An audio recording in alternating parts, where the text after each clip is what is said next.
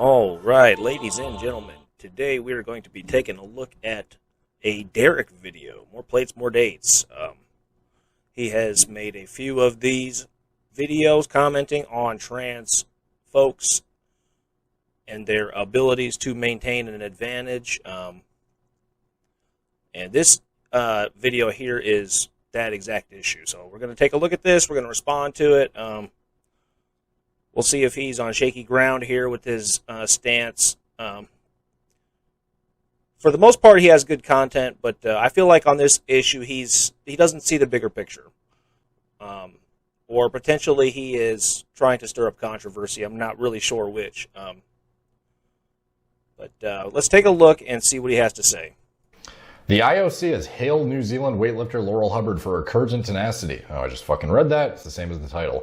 Hubbard, 43 years old, is set to become the first transgender athlete to compete at the Olympics when she takes part in the women's 87-kilogram weightlifting on 2nd August at the Tokyo International Forum. However, the New Zealanders' participation in women's weight...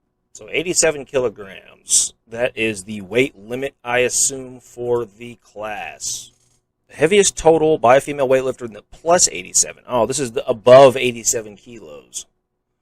330 kilos achieved by Lee Wen on 25th, 2021. So this trans woman is not even the heaviest person, it seems like. But this is the super heavyweights, I assume. Lifting at Tokyo 2020 has sparked significant backlash online. Hubbard, who came out as trans in 2013, saw her position to compete at the Olympics supported by rule changes under the IOC in 2015. IOC Medical and Science Director Dr. Richard Budgett said that everyone agrees that trans women are women. He insisted that Hubbard is competing under the rules of her federation ahead of her participation in the women's super heavyweight category. Speaking at a news conference on Friday, Budgett said, to put in a nutshell, the IOC had a scientific consensus back in 2015. There are no IOC rules or regulations around transgender participation. That depends on each international federation. So Laurel Hubbard is a woman. First of all, if this was any other weight class, this shouldn't be an issue, right? I mean, I guess you could say the ratio of muscle is going to be higher regardless of the T level, but I sort of doubt that, to be frank.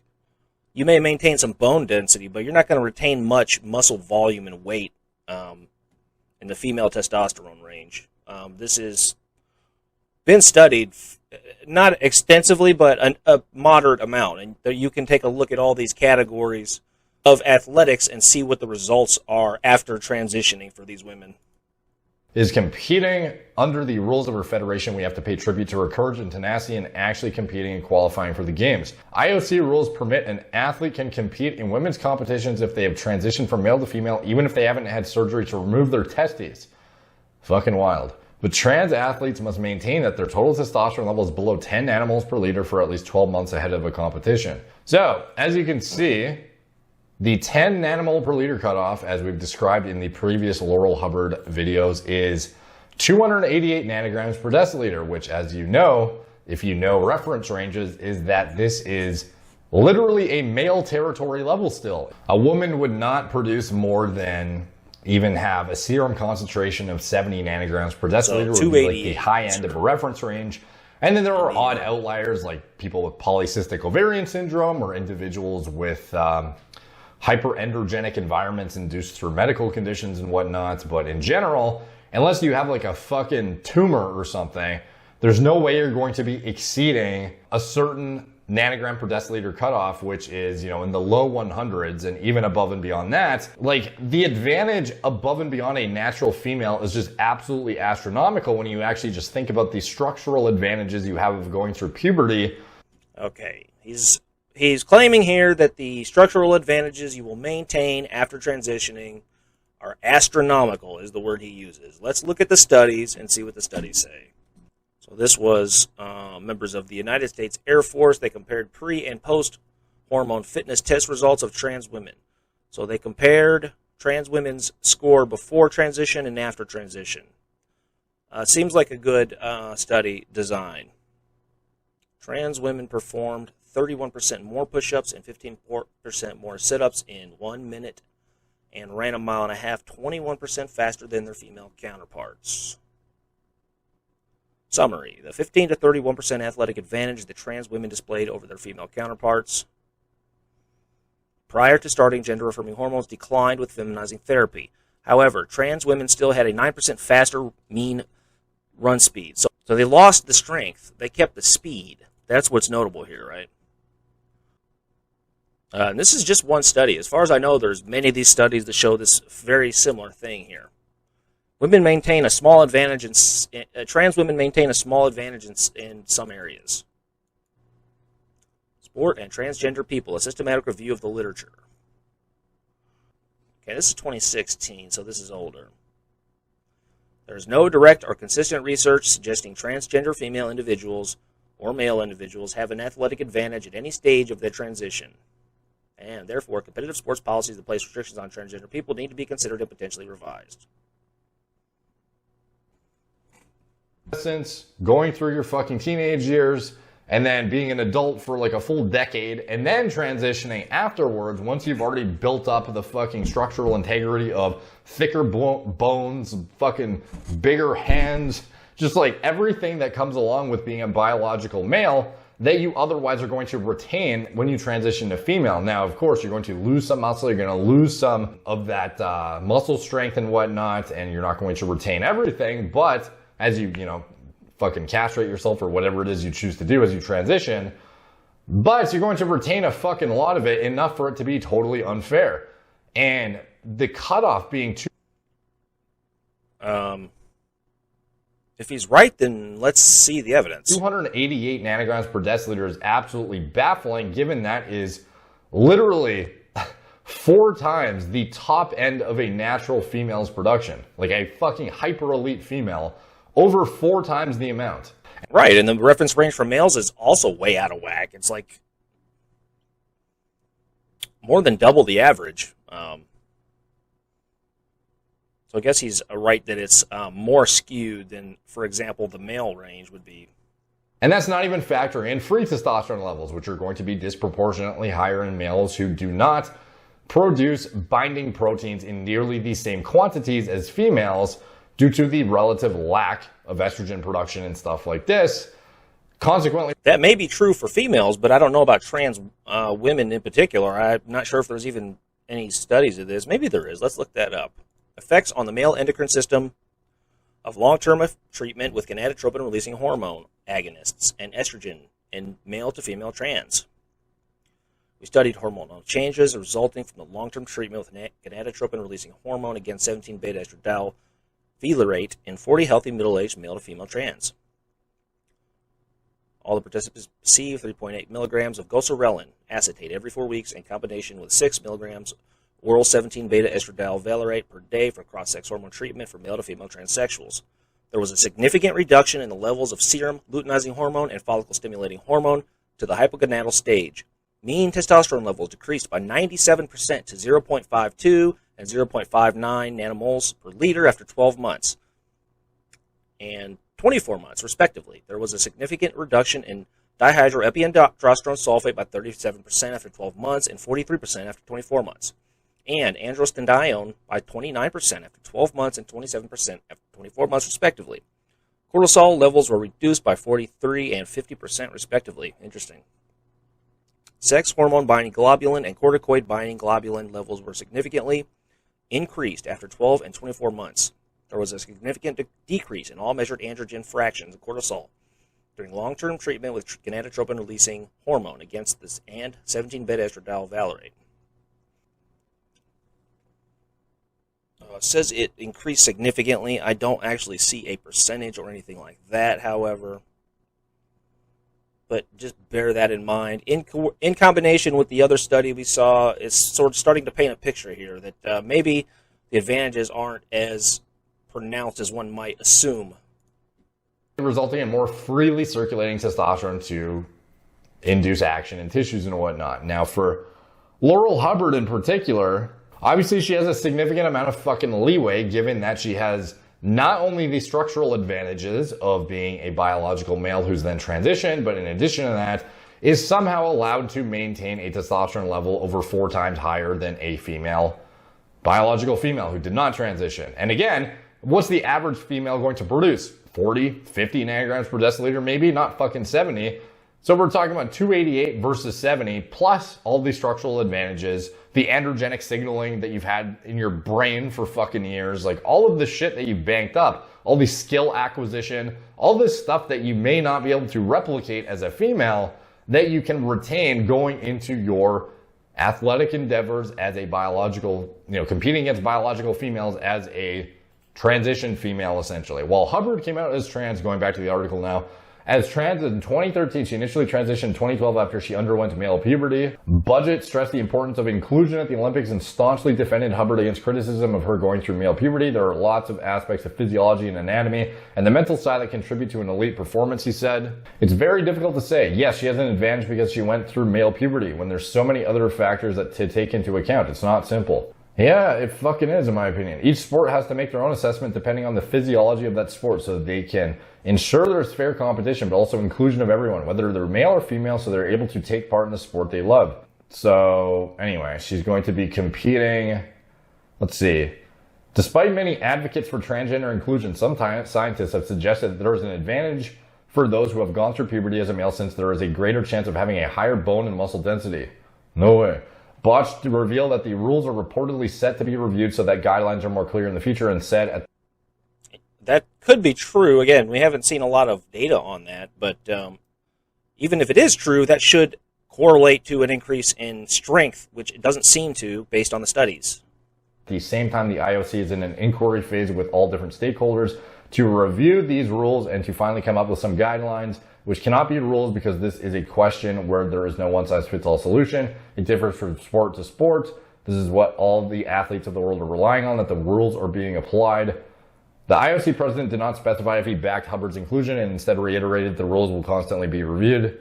So yeah, like not only do you have everything you gain through puberty, which females aren't going to have, they have higher estrogen levels, their growth plate. You don't have everything you gain through puberty if your test levels get crushed by hormone replacement. Close fucking sooner. They're not as tall. They don't have as thick of bones. There are structural differences. Brains don't even develop in the same fucking way. Again, without data to say that that's a performance advantage, you can't really say that. There's so much shit that is not being taken into account here. And then on top of that, the fact that you're allowed to subpar castrate yourself, the 288 nanograms per deciliter, and be qualified as a, equivalent to a biological female, just absolute, it's absurdity. Now, in some of the events in the Olympics, the cutoff is lower, and you've got half of that at 5 nanomoles per liter. But again, there's still those situations are a lot more on the fence and ambiguous when you're talking about individuals with the chromosomes. If it's 280, if it's 288, then it's 288 for all the women, and they can all be juicing up to that level, right? Chromosomal makeup of a fucking male versus a literal biological female. Or when you have these individuals who may have internal testes producing disproportionately higher amounts of testosterone. It's if you have or there's just injecting. You are a biological female, but you have ambiguous sexual characteristics and whatnot, versus someone who is literally a male for fucking decades, has gotten all of. I wouldn't say decades. These guys are in their 20s, and they go through puberty at what, 14 or something? That's not decades. It's okay, full-blown advantages of a full-blown testosterone production, everything that comes along with the male developments and psyche, as well as going through sports. There is probably some advantage retained through puberty, but apparently it's not large enough of an advantage to be measurable. So in this fucking format, and then transitioning thereafter, and then smoking everyone in the Olympics, is it going from... Everybody's so mad about this one person. This is literally one person that's... Okay, the limit should be lower, but as far as testosterone levels, but that's the same. That's the testosterone levels across the board, right? That's not just for her. She doesn't get to have quadruple the test levels of everyone else. We've seen in other Derek videos where he mentions how you can use genetically similar testosterone and it will not show up on these tests that are testing for example, carbon isotope ratio testing or any other method they might have to detect. They're not really going to be able to detect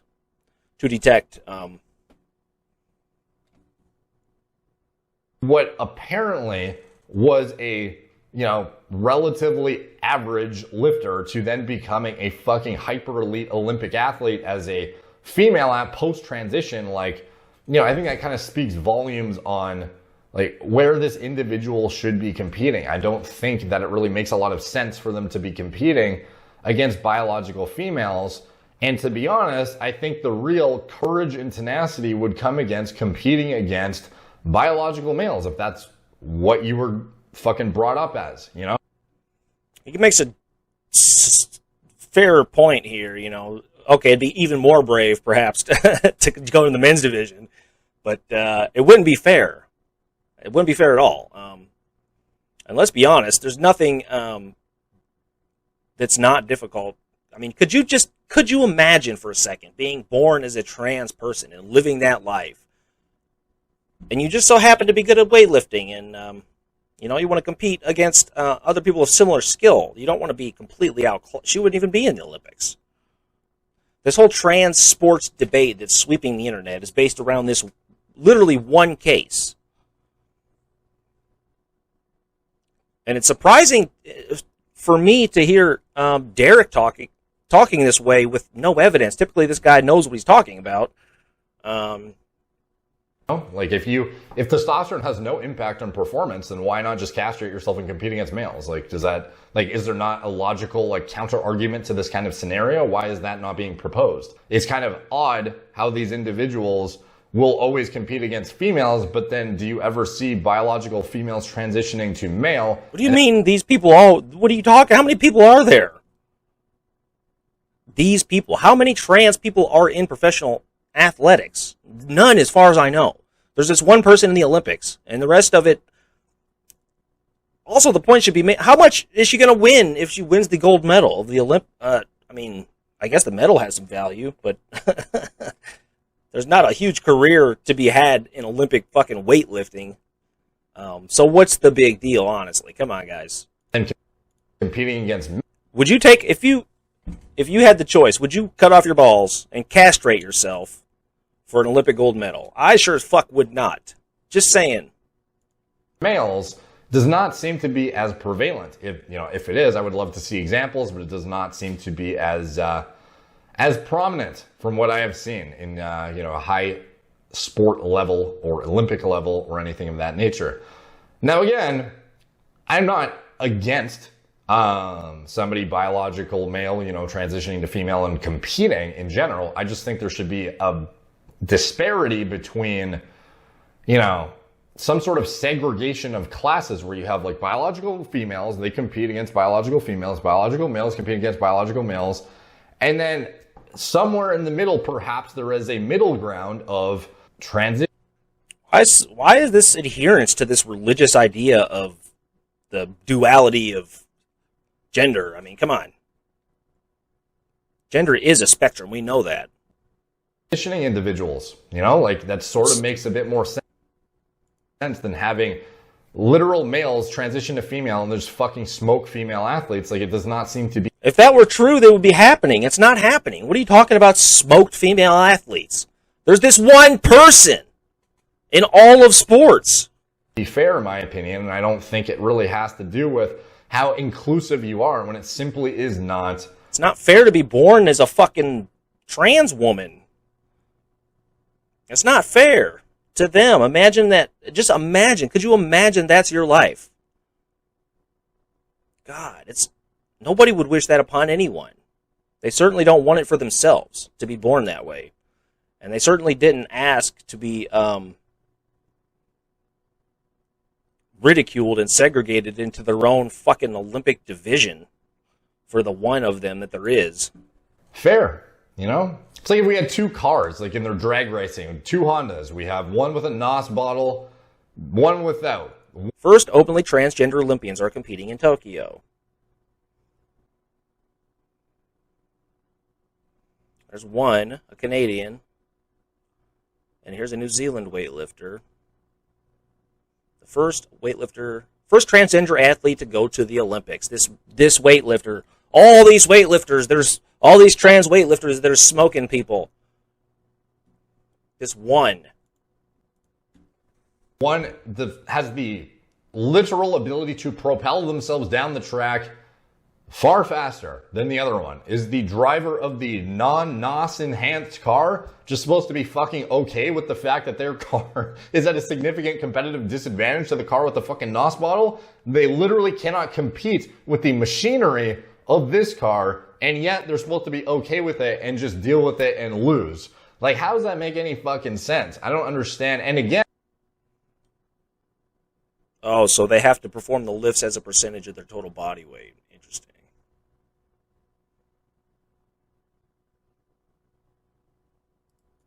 She said various junior records before transitioning in 1998. Hubbard scooped gold at a 2017 Australian International and Australian Open in Melbourne. She would also break the record for the oldest female Olympic weightlifter by more than 4 years. Okay, so she has an advantage. She's an unusual case. Typically, they don't transition at 35 years old, and it's not very common to have 35-year-olds competing at the Olympics either, I don't guess. Definitely an outlier case. I'm not sure we should develop a whole trans division in the Olympics for this one athlete. That obviously makes no sense whatsoever. And from the studies we've seen, there isn't really much of a strength difference between trans women and cisgendered women. There's a small increase in speed, so you could make maybe some sort of case for the running events. But come on, it's the freaking Olympics. Who cares who wins the Olympics? Nobody gives a shit. It doesn't even come Honestly, down to just the machinery. what is this all about, The guys? literal This is cutoffs being established. This is just singling out trans people, and trans women in particular. It's not necessary. If there was an issue, then we could talk about this, but doesn't seem like an issue to me that needs to single out trans people and put their lives under a freaking spotlight for something that they can't control. Unfair. It's like, okay, you can still keep your testes. I'm not advocating you have to fucking chop them off. I'm just saying, if you're going to let an individual keep the infrastructure to produce intratesticular testosterone and then subject them to just a cutoff of 288 when the average female produces like... Right, but that's 288 for all women. Are you telling me all these women aren't juicing, pushing as much as they can? Give me a break, dude. It's fucking ridiculous, especially with all the other advantages. Like, even if you chop them down to 40 and we had equivalent total Ts, they still have the structural foundation that is far superior to that of a biological female. And don't say far superior. We looked at this. Can do about it. They're not going to be able to subject themselves to a decade of fucking DHT and testosterone exposure to then level the playing field. They've already gone through puberty. Their growth plates are closed. They can't get significant bone mineral density increases. They can't get fucking taller. They can't get bigger hands. They can't match this shit. And it simply is not fair, unfortunately. So I'm not sure why this is still, I don't even know why it's happening, to be honest. Like, it seems very unfair. Like, blatantly, clearly, it's unfair. I'm not sure how this was justified whatsoever. If it's unfair, then this Olympic lifter should get gold, right? Or at least silver. Let's see how she does. Still debate lies, in my opinion, which is, the videos I did relatively recently on the sprinters that were, banned from competition for levels of testosterone exceeding the much lower cutoffs than what Laurel is allowed to get away with. And again, why do they say Laurel? Is it this one girl that's allowed a 288 cutoff? What's the cutoff? If the testosterone level cutoff for cisgendered women is in fact lower than that for trans women, that should be addressed, and I think that probably will be addressed. All the articles I've read are talking about the fact that this is going to be reviewed on a regular basis. So I imagine that they'll match those numbers because that would be an issue, in my opinion. You're going to let an individual keep the infrastructure to produce intratesticular testosterone and then subject them to just a cutoff of 288 when the average female produces like 40. It's fucking ridiculous. Especially with all the other advantages. Like, even if you chop them down to 40 and we had equivalent total Ts, they still have the structural foundation that is far superior to that of a biological female, and there's nothing if that were true, then we'd see it in the studies, and we don't. Females can do about it. They're not going to be able to subject themselves to a decade of fucking DHT and testosterone exposure to then level the playing field. They've already gone through puberty. Their growth plates are closed. They can't get significant bone mineral density increases. They can't get fucking taller. They can't get bigger hands. They can't match this shit, and it simply is not fair, unfortunately. So I'm not sure why they're, this is still, I don't even know why it's happening, to be honest. Like, it seems very unfair. Like, blatantly, clearly, it's unfair. I'm not sure how this was justified whatsoever. The real conversation to be had is around the intersex individuals. And that is, where the real debate lies, in my opinion, which is, the videos I did relatively recently on the sprinters that were, banned from competition for levels of testosterone exceeding the, much lower cutoffs than what Laurel is allowed to get away with. And again, from what I understand, there are individuals saying that Laurel has subjected herself to slashing her testosterone down to like bare minimum nothingness, even though she has the leeway to go up to 288.